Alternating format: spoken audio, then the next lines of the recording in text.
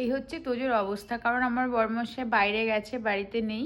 আর ও মানে ও দেখেছে যে বাইরে গেছে, দেখুক আর না দেখুক ও না বুঝতে পারে, যদি ধরো আমিও কখনো বাইরে যাই, যতক্ষণ না বাড়িতে ফিরি ততক্ষণ ও এই যে এরকম ভাবে মানে যেইখানেই শুয়ে থাকুক না কেন ও বিছানাতেও মানে যেখানেই ও শোবে ওই মেন গেটের দিকে তাকিয়েই শুয়ে থাকবে। কারণ হচ্ছে গেছে যতক্ষণ না বাড়ি আসবে ততক্ষণ না ঘুমোবে না কিছু। ও দেখো একটা আলাদাই অপেক্ষা। তোজো, তোমার কি মন খারাপ?